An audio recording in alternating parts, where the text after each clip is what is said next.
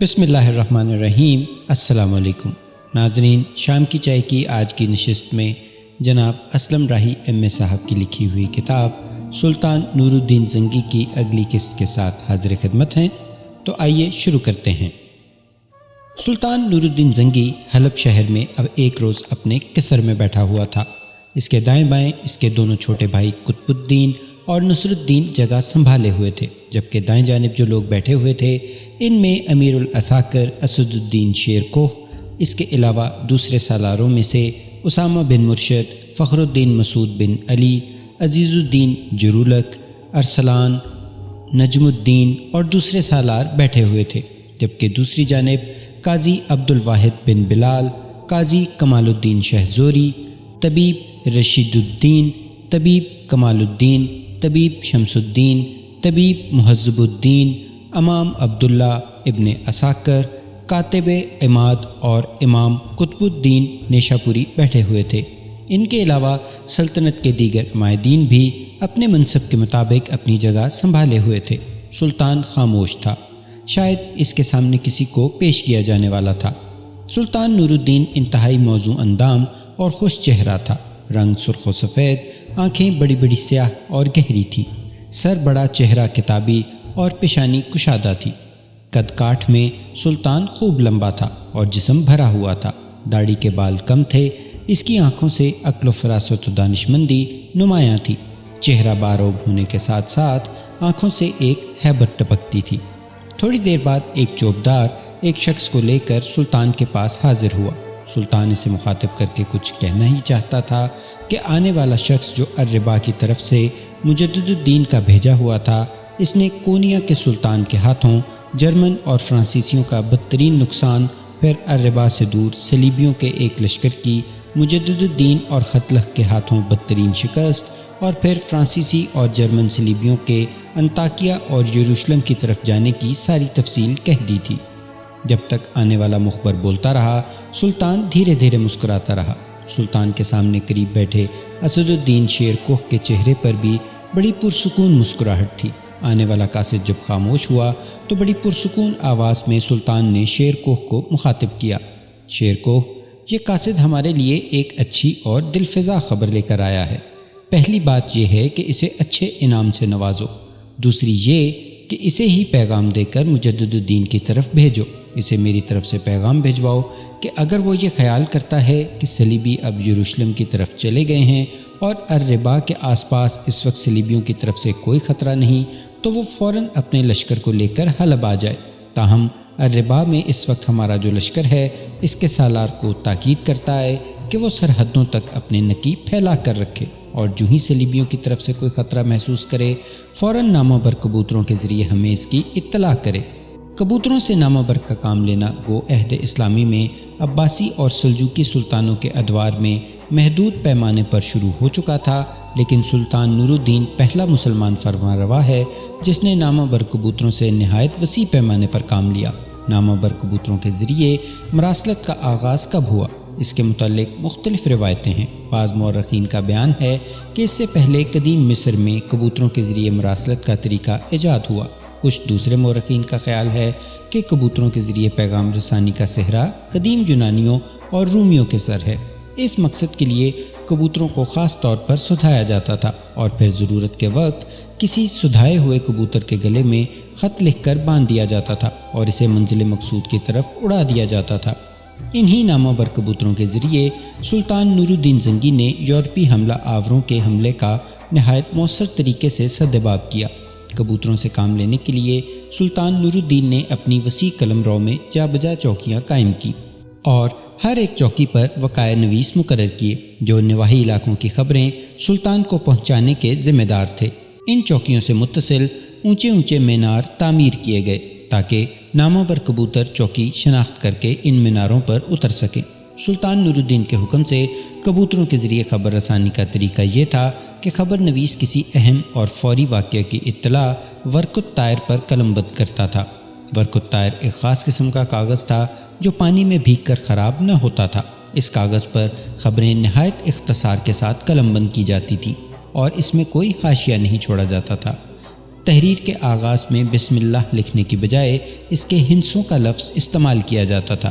مکتوب علیہ کے لیے کسی قسم کے القاب اور تعریفی جملے نہ لکھے جاتے تھے، البتہ خط کے آخر میں حسبنا اللہ و نعم الوکیل لکھ دیا جاتا تھا۔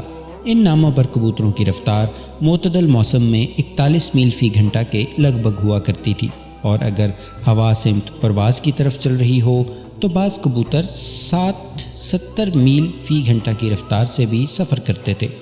کبوتر اگر راستہ نہ بھولے تو بہت جلد اپنی منزل مقصود پر پہنچ جاتے تھے، اور جب تک اپنی منزل پر نہ پہنچ جاتے تھے راستے میں کچھ کھاتے نہ تھے۔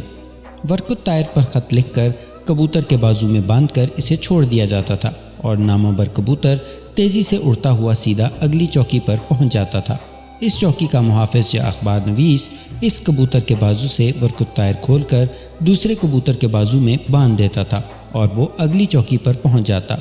الحاظ القیاس یہ خبر بڑی سرعت کے ساتھ سلطان تک پہنچ جاتی تھی۔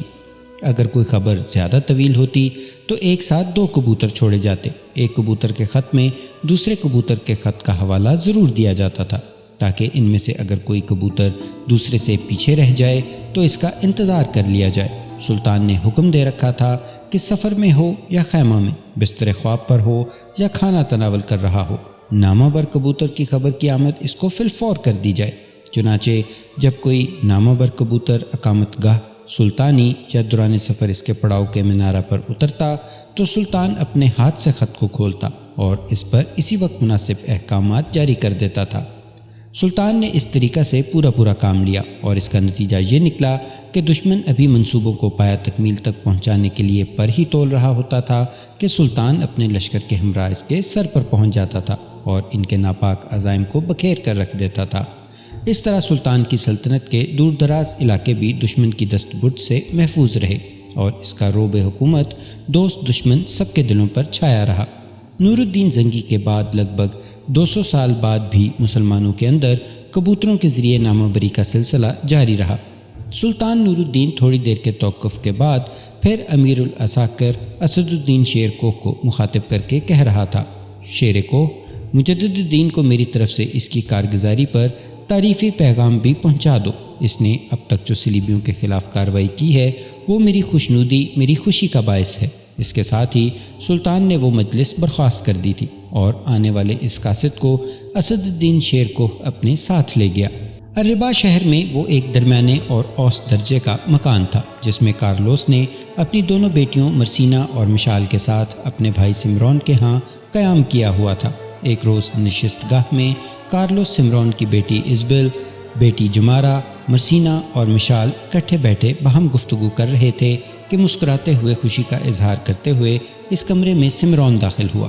اس کی حالت دیکھتے ہوئے اس کے چھوٹے بھائی کارلوس نے پوچھ لیا: بھائی، میں تمہاری حالت دیکھتا ہوں تم بڑے خوش ہو، پہلے کی نسبت کچھ زیادہ مطمئن دکھائی دے رہے ہو، کیا کوئی خاص بات ہے؟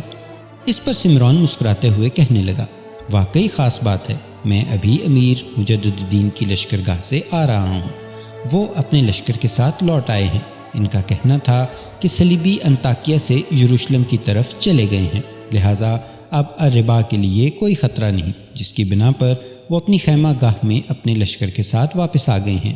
ان کا چچا زاد خطلخ بھی ان کے ہمراہ ہے۔ میں ان سے ملا، ان کی کارگزاری کی پوری تفصیل بھی سنی، ساتھ ہی میں انہیں آج اپنے ہاں کھانے کی دعوت بھی دے آیا ہوں، اس لیے کہ ان کے پاس حلب کی طرف سے سلطان نور الدین زنگی کا پیغام آ گیا ہے، اور سلطان نے مجدد الدین کو واپس حلب بلا لیا ہے۔ میرے خیال میں 1 یا 2 دن تک مجدد الدین واپس حلب چلا جائے گا۔ اس پر کارلوس بول پڑا: اس کا بھائی شمس الدین اور خطلخ بھی مجدد الدین کے ساتھ جائیں گے یا وہ یہیں قیام کریں گے؟ نہیں، وہ دونوں بھی اس کے ساتھ چلے جائیں گے۔ اس وقت جو الربا شہر کے اندر حفاظتی لشکر ہے وہ یہاں رہے گا، اور اس کے علاوہ وہ لشکر جس نے شہر سے باہر پڑاؤ کر رکھا ہے وہ بھی مجدد الدین کے ساتھ حلب چلا جائے گا۔ یہاں تک کہنے کے بعد سمرون رکا، کچھ سوچا، پھر وہ کارلوس کے پاس بیٹھتے ہوئے دوبارہ کہہ رہا تھا: کارلوس میرے بھائی، یہ تو خوشی کی ایک وجہ ہے، اس کے علاوہ ہمارے لیے خوشی کی ایک اور وجہ بھی ہے۔ کارلوس نے چونکنے کے انداز میں سمرون کی طرف دیکھا، پھر کہنے لگا: بھائی، اگر کوئی اور بات بھی خوشی کی ہے تو پھر رک کیوں گئے ہو؟ کہو کیا معاملہ ہے؟ اس پر سمرون مسکراتے ہوئے بول اٹھا: امیر مجدد الدین نے اپنے بھائی شمس الدین کے لیے میری بیٹی جمارہ کا رشتہ مانگا ہے۔ بھائی، میں نے تم پر انکشاف کیا تھا کہ امیر مجدد الدین ہمیں اس وقت سے جانتے ہیں جب پہلی بار سلطان کے ہمراہ وہ اس شہر پر حملہ آور ہوا تھا۔ جمارہ کو بھی امیر مجدد الدین نے پہلے ہی سے دیکھ رکھا ہے اور وہ اس کی عزت، اس کا احترام ایک چھوٹی بہن کی طرح کرتا ہے۔ آج جب میں اس سے ملنے کے لیے گیا تو اس نے مجھ پر انکشاف کیا کہ جمارہ کی بات اس نے اپنی ماں سے کی تھی۔ ماں اس رشتے پر متفق ہے۔ ماں کے کہنے پر ہی اس نے شمس الدین کے لیے جمارہ کا رشتہ مانگا ہے۔ سمران رکا، پھر وہ کہنے لگا، مجدد الدین کہہ رہا تھا کہ اگر ہمیں یہ رشتہ منظور ہو تو وہ آج ہی منگنی کے طور پر جمارہ کو انگوٹھی پہنا دے گا۔ کارلوس نے سمران کی بات کاٹ دی، کہنے لگا، بھائی پھر تم نے امیر مجدد الدین کو کیا جواب دیا؟ میں نے کیا جواب دینا تھا؟ سمران نے ازبل کی طرف دیکھتے ہوئے جواب دیا، میں نے امیر سے یہی کہا کہ مجھے تو کوئی اعتراض نہیں، تاہم اس سلسلے میں وہ آ کر میری بیوی ازبل سے بات کرے۔ اس پر ازبل فوراً بول پڑی، مجھے کیا اعتراض ہو سکتا ہے؟ میری بیٹی کے لیے شمس الدین سے بڑھ کر اور اچھا کیا رشتہ آ سکتا ہے؟ جو ہی مجدد الدین اس سلسلے میں مجھ سے بات کرے گا تو میں ہاں کہہ دوں گی، اور اگر وہ آج رشتہ پکا کرنے کے لیے جمارہ کو انگوٹھی پہنانا چاہتے ہیں تو میں سمجھتی ہوں یہ ہماری خوش قسمتی کا باعث ہوگا، بلکہ میں کہتی ہوں کہ ان کے آنے سے پہلے آپ بھی شمس الدین کے لیے ایک انگوٹھی کا اہتمام کر رکھیں۔ ازبل جب خاموش ہوئی تو سمران پھر بول پڑا، دراصل مجدد الدین اپنے بھائی شمس الدین اور چچا زاد خطلخ دونوں کی شادی ایک ساتھ کرنا چاہتا ہے۔ خطلخ کا رشتہ پہلے ہی خطلخ اور مجدد الدین کی پھوپھی کی بیٹی سے طے ہے۔ ان کی پھوپھی بھی ان کے ساتھ ہی حلب میں رہتی ہے۔ سمران مزید کچھ کہنا چاہتا تھا کہ اس کی بات کاٹتے ہوئے کارلوس بول پڑا، کیا مجدد الدین کی شادی ہو چکی ہے؟ جو اپنے سے چھوٹے بھائیوں کے لیے وہ شادی کی فکر مندی کا اظہار کر رہا ہے۔ اس پر دکھ کا اظہار کرتے ہوئے سمران بول اٹھا، بھائی اس کے ساتھ ایک حادثہ پیش آ چکا ہے، لہٰذا اب اس کا شادی کرنے کا ارادہ ہی نہیں۔ اس کی ماں بڑا زور دیتی ہے لیکن وہ ہر بار ٹال دیتا ہے، لگتا ہے اس نے تہیہ کر رکھا ہے کہ اب وہ شادی نہیں کرے گا۔ سمران کی اس بات کے جواب میں کارلوس بول پڑا، اس حادثے کا تو ہمیں علم ہے کہ یہاں ایک لڑکی پہلے مجدد الدین سے محبت کرنے لگی تھی، پھر کسی سلیبی کے ساتھ بھاگ گئی۔ یہی واقعہ اور حادثہ مجدد الدین کی سنجیدگی اور چپ کا باعث بن چکا ہے۔ بہرحال جہاں تک میں خیال کرتا ہوں مجدد الدین کو پہلے اپنی شادی کا معاملہ طے کرنا چاہیے، اس کے بعد شمس الدین اور خطلخ کے متعلق سوچنا چاہیے، اس لیے کہ مجدد الدین ان دونوں سے بڑا ہے۔ کارلوس جب خاموش ہوا تب سمران کچھ سوچتے ہوئے اسے مخاطب کر کے کہنے لگا، کارلوس میرے بھائی، مجدد الدین کو میں اپنے بیٹوں کی طرح سمجھتا ہوں۔ وہ بڑا معتبر، بڑا ہمدرد، بڑا قابل اعتبار قسم کا شخص ہے۔ سنو، اس کے لیے بھی میں نے ایک لڑکی دیکھ رکھی ہے، لیکن ابھی اس موضوع پر اس سے گفتگو کرنے کا وقت نہیں آیا۔ یہاں تک کہنے کے بعد سمران رکا، کچھ سوچا، اس کے بعد اس نے اپنی بیٹی جمارہ، مرسینہ اور مشال کو مخاطب کر کے کہنا شروع کیا، میری بچیوں، آج مجدد الدین، شمس الدین اور خطلخ کی دعوت کا ایسا عمدہ اہتمام کرو کہ ہمارے ہاں ان کی یہ دعوت ایک ایسی یادگار بن کر رہ جائے کہ کھانے کا بہترین اہتمام کرو اور کسی چیز کی میرے بچوں کمی نہیں رہنی چاہیے۔ اس دعوت کے لیے تم جو جو چیزیں منگانی چاہو وہ کہو، میں ابھی جا کر تمہیں لا دیتا ہوں۔ اٹھو اور مطبخ کی طرف جاؤ اور جس چیز کی کمی ہے وہ پھر آ کر مجھے بتاؤ۔ اس کے ساتھ ہی سمران کے کہنے پر مرسینہ، جمارہ اور مشال اٹھ کر وہاں سے چلی گئی تھیں۔ ان کے جانے کے بعد کارلوس نے اپنے بڑے بھائی سمران کی طرف دیکھتے ہوئے کہنا شروع کیا، سمران میرے بھائی، یہ جو مجدد الدین نے اپنے چھوٹے بھائی شمس الدین کے لیے ہماری بیٹی جمارہ کا ہاتھ مانگا ہے تو میں سمجھتا ہوں یہ ہماری خوش قسمتی ہے۔ یہ تینوں بھائی بہت اچھے لوگ ہیں۔ میں چونکہ مرسینہ اور مشال کے ساتھ چند دن ان کے ہاں رہ کر بھی آیا ہوں، لہٰذا میں ان کے اخلاق و کردار اور ان کی انسان دوستی سے بے حد متاثر ہوا ہوں۔ بھائی، اگر تم برا نہ مانو تو میں اس موقع پر کہوں گا کہ تم دیکھتے ہو کہ مرسینہ بے شک جمارہ سے چھوٹی ہی صحیح لیکن وہ بلوغت کی حد کو پہنچ چکی ہے، ماں ان کی مر چکی ہے۔ بھائی یا بڑی بہن ہو تب بھی میرا بوجھ کچھ کم ہوتا، اب میں ہی ان دونوں کی ماں اور باپ بھی ہوں۔ میں چاہتا ہوں کہ مرسینہ کا بھی کہیں اچھا سا رشتہ طے ہو جائے اور میں کم از کم ایک بوجھ سے تو ہلکا ہو جاؤں۔ کارلوس کے خاموش ہونے پر مسکراتے ہوئے سمران کہنے لگا، یاد رکھنا میرے لیے مرسینہ اور مشال ایک چیز جیسے ہیں، جیسے جمارہ۔ جیسے مجھے جمارہ کے رشتے کی فکر ہے ایسے ہی ان دونوں بیٹیوں کی ہے۔ تھوڑی دیر پہلے بھائی میں نے تم سے کہا تھا کہ میں نے مجدد الدین کے لیے ایک لڑکی تلاش کر رکھی ہے، اس وقت تینوں بیٹیاں بیٹھی ہوئی تھیں۔ ان کی موجودگی میں میں گفتگو نہیں کرنا چاہتا تھا۔ میرے بھائی، اگر مرسینہ کا ہاتھ مجدد الدین کو دے دیا جائے تو تم کیسا محسوس کرو گے؟ کارلوس کے چہرے پر مسکراہٹ نمودار ہوئی۔ کہنے لگا، اگر ایسا ہو جائے تو سمرون، میں اپنے آپ کو دنیا کا سب سے خوش قسمت اور انتہائی خوش بخت انسان خیال کروں گا۔ اگر میری بیٹی مرسینہ کو مجدد الدین جیسا زندگی کا ساتھی مل جائے تو میرے خیال میں اس سے بہتر، اس سے اچھا ہماری زندگی میں کوئی واقعہ اور ہماری زیست میں کوئی خوشخبری ہو ہی نہیں سکتی۔ بھائی، یہ معاملہ لیکن بڑا الجھا ہوا ہے۔ مجدد الدین پہلے ایک لڑکی سے دھوکہ کھا چکا ہے اور وہ لڑکی نصرانی بھی تھی۔ اب پتہ نہیں وہ اس رشتے پر یا اپنی شادی کے لیے تیار بھی ہوتا ہے یا نہیں۔ کارلوس جب خاموش ہوا تو سمرون کے کچھ جواب دینے سے پہلے ہی اس کی بیوی ایزابل بول پڑی اور کارلوس کی طرف دیکھ کر کہنے لگی، بھائی، اس موضوع پر بات کرنے سے پہلے مرسینہ کا اندیہ بھی لے لینا چاہیے کہ وہ اس رشتے کے لیے تیار ہو جائے گی یا نہیں۔ بھائی، حقیقت یہ ہے کہ میں جمارہ کے سلسلے میں بھی بڑی محتاط تھی۔ جمارہ نے پہلے شمس الدین کو دیکھ رکھا تھا، بلکہ مجدد الدین، شمس الدین اور خطلخ اس سے پہلے کئی بار ہمارے ہاں آ چکے ہیں۔ اس کی وجہ یہ ہے کہ ہم نے ان تینوں کی موجودگی میں اسلام قبول کیا تھا اور وہ ہم سے بے حد خوش تھے۔ جس وقت آپ نے انہیں ہمارے نام دیے اور تلاش کرنے کو کہا اور کچھ دن لگ گئے، تب میں نے مجدد الدین سے پوچھا تھا کہ بیٹے، جب آپ لوگوں کا ہمارے ہاں آنا جانا تھا تو پھر ہمارے بھائی کارلوس کو ہمارے متعلق بتانے میں اتنے دن کیسے لگ گئے؟ اس پر مجدد الدین معذرت کرتے ہوئے کہنے لگا، دراصل ان تینوں بھائیوں کے ذہن میں ہمارا خیال ہی نہیں آیا اور وہ کسی نصرانی سمرون کو ارمنی محلے میں تلاش کرتے رہے۔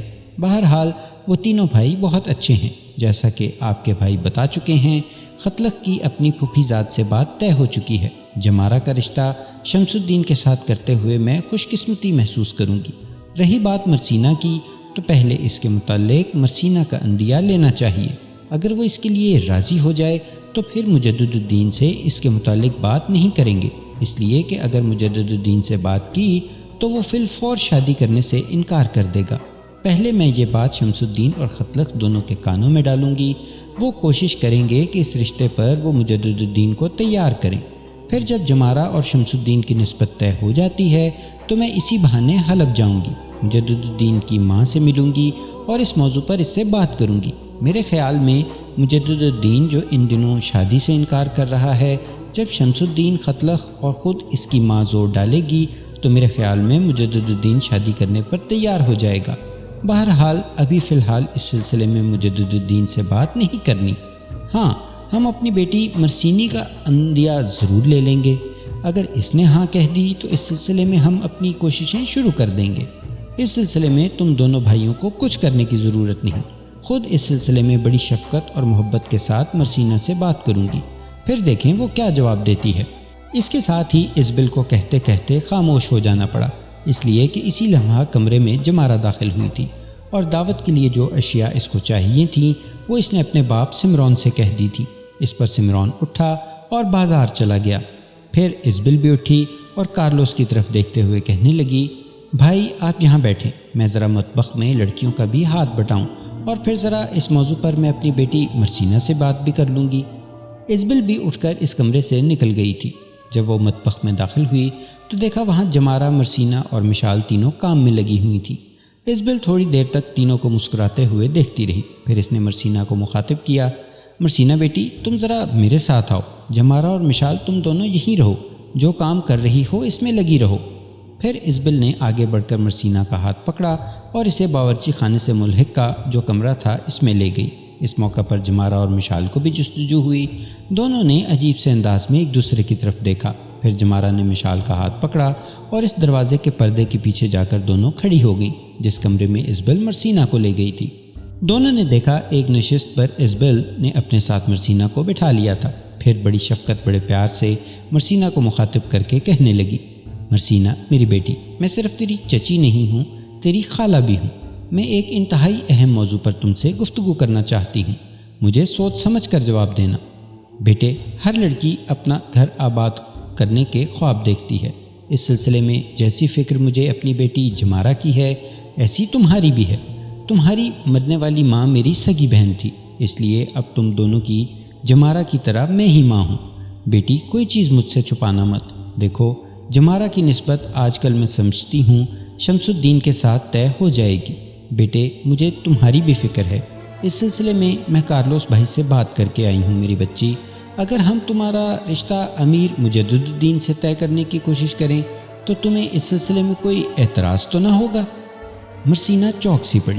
لرزنے کے انداز میں اس نے اپنی خالہ ازبل کی طرف دیکھا، پھر کچھ سوچا اور کہنے لگی، خالہ آپ یہ کیا کہہ رہی ہیں؟